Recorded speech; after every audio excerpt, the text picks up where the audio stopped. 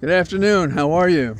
Well, this is our walk and talk, except I've transposed us to the C&O canal site on the Maryland side, opposite Virginia, and I'm within miles of our usual walking spot. And I do this from time to time to see what it looks like as the seasons change. The canal ran past here, and it was a method by moving marketable items of produce and so forth. And the Potomac River is to my left. And the weather today, thanks to Jefferson, is 45 degrees. The humidity is 37, and the wind, when we get hit by it, is 18 miles an hour. So it's something to think about. In the news, I think, is the latest craven act, unsurprising in dimension or effect, by Trump. And what it is he's done is he's cutting off Ukraine. And as a result, Putin has been able to have massive assaults, missiles, Thursday and Friday. So here we are on Saturday. Now, we, the United States, has even cut off intelligence assessments by which Ukraine could defend against the oncoming missiles. And so they don't have that benefit.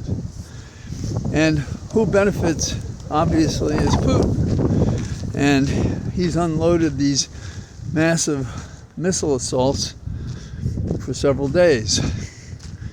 Now, how do you push back if you're Zelensky against this without the intelligence that supposedly Ukraine's ally had provided? How do you handle, as a matter of foreign affairs, Marco Rubio, wake up, our position against Russia and yet our support of Putin and Russia? When they asked Trump what he thought about Putin attacking, even as he's supposedly negotiating a ceasefire, Trump said, I think he's actually doing what anybody else would do. Yeah, if you're a Hitler or a craven individual who doesn't give a damn about anybody or anything, except what seems to serve whatever your goal is. And that is somewhat elusive, because it's not clear to us what Trump hopes to get out of this. Now, there are other things he's doing all the time, and there are answers to these things. Protests, court cases, there are more people emerging on the Hill, and they're taking silly fighting stances as if that reflects who they are. They're as pathetic as the paddles that they circulated. I don't know how people could be involved in politics and persuasion their whole life and be so clumsy about fighting when it matters. But my old alma mater, Columbia, both undergraduate and law school, is suffering because the administration is cutting out $400 million in grants. And Trump claims, and we know how deep he feels about this, that Columbia is not handling anti-Semitism in a way satisfactory to the Trump administration. And, well, I can tell you one thing. We know where Columbia Law School is going to be spending some of its time. And there are large firms in New York, so this is going to be a fight. And it should be a fight. And that's the difference. If you don't fight, nothing happens. Even in Trump's cabinet, we have fight. Musk against Rubio and the FAA administrator and others. In fact, they had a hot meeting the other night, and the New York Times got 3 sources. There were 20 at the meeting, apparently. And Musk got into it with Rubio saying, and he hadn't managed to fire anybody. And Rubio came back and said 1,000 or 1,500 took advantage of the buyout. So you want me to fire them? You want me to rehire them and then fire them so I have that number? Then there were complaints by Musk about the fact that there hadn't been firings at the FAA. And the pushback was, are you kidding? We needed the controllers we have. And Musk insisted that people were hired under diversity, equity, and inclusion, and they were working in FAA towers. I mean, does this sound like a McCarthy era? Instead of Jews, it's people who are persons of color or just not suitable to these assholes. Now, Trump said, and he pitched in at this point, he said, well, we should hire people from MIT, and they had to be geniuses. I mean, ask yourself, with this profile, if you were the genius that he talks about, do you really think that you'd want to work for these guys? I mean, in some selfless way, but you're on notice that you won't be able to do your job the right way. And Trump went on, and he says, in the Veterans Administration, we should keep the smart ones, get rid of the rest. And again, he goes into DEI, and the answer by the FAA administrator is, oh, we eliminated that section of the FAA.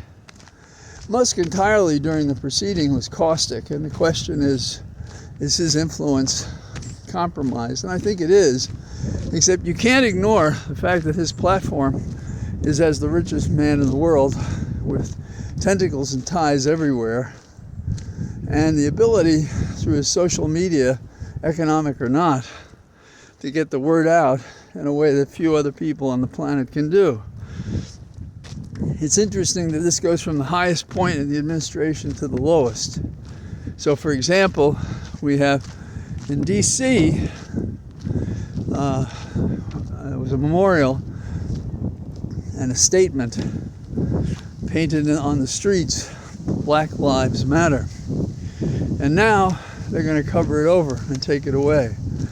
So, Black Lives Matter. And does that mean not anymore? Is that what's happened? The American profile is quickly becoming as fascistic, as discriminatory, as repressive as is possible. And we have to start thinking about the different ways to be involved. Now, I'm having an ongoing conversation about new town meetings. And I'm thinking that if a town meeting means bringing a congressman that doesn't have the balls to fight, I'm not sure that makes sense to spend your time that way. I think across America, it's time to have cooperative resistance town meetings. Call them the resistance. Invite people from around. Bring in people to talk and reassure, and start collecting the opportunities to resist, identifying them, calendaring them, attending them, and not in the pathetic way that Congress has been approaching this, in the way we have always in America approached bad government, how we've fought back, how we've resisted, how we've attacked those who would change our country from a republic into a myopic mobocracy that believes in monarchy. We can't have this going on. It's just not acceptable. Now, there are lots of good indications. There are more lawsuits each day. There are defeats for Trump. He seems to back down and adjust. But the high-level shouting in the White House between Musk and cabinet members is paralleled in the conversation between Trump and Trudeau. And Trudeau is not backing down. And this is high stakes. But with a bully, there is no way to retreat. You have to stand and fight. You have to beat him back. You have to find a way to do it.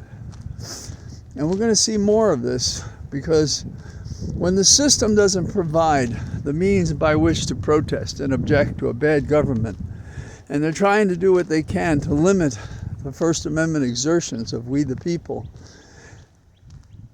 something has to give, and it will. I'm not advocating it, but it is the history of law and wisdom in the law and the trust of the people when it reflects reason and judgment and the values of the community. The values of the community are lost. The polling tells us that this administration is not doing what the people want. And so the question becomes, is the administration going to respond and accommodate the needs and demands of the people? And if not, and if they continue to protest, which may be part of Trump's game plan, does he intend to call for martial law to criminalize protest? He still talks about the alien and sedition laws, and they go back to Adams. And it was one of the reasons that Adams lost his re-election. It's really two parts. The alien segment was never really enforced, but it gave broad powers to deal with, quote, aliens. The second part was used, and it's called the Sedition Acts. And Adams, actually, there were ways, civil and criminal, to enforce it against people and against the Jeffersonians, because Adams was a Federalist, a title and frame of thinking that haunts us to this day. And so we have to realize that Trump thinks he should mimic McKinley on tariffs, which didn't work out for him. And he thinks he should be something like Andrew Jackson, and he's not even close. And he really believes his interpretation of our history is that it's time for a savior. It is he. He also, I believe, has a more extensive notion of retribution than the commentators and hosts afford him. Namely, I think his retribution is also against the people who didn't support him, and not enough supported him this time. It's by a fraction that he's a plurality president, not a majority president. And so, yes, he won, and nothing's been presented to say that it was illegal in any way, although if on any day he told a truth during that campaign, I would be astonished to learn that that was the case. So here we are. It's up to us. Press them, talk to them, write to them, attend meetings, do what you can, and we'll crush the bastard. So that's what I got to say from my trees here in the canal period opposite Virginia. All the best. Bye-bye.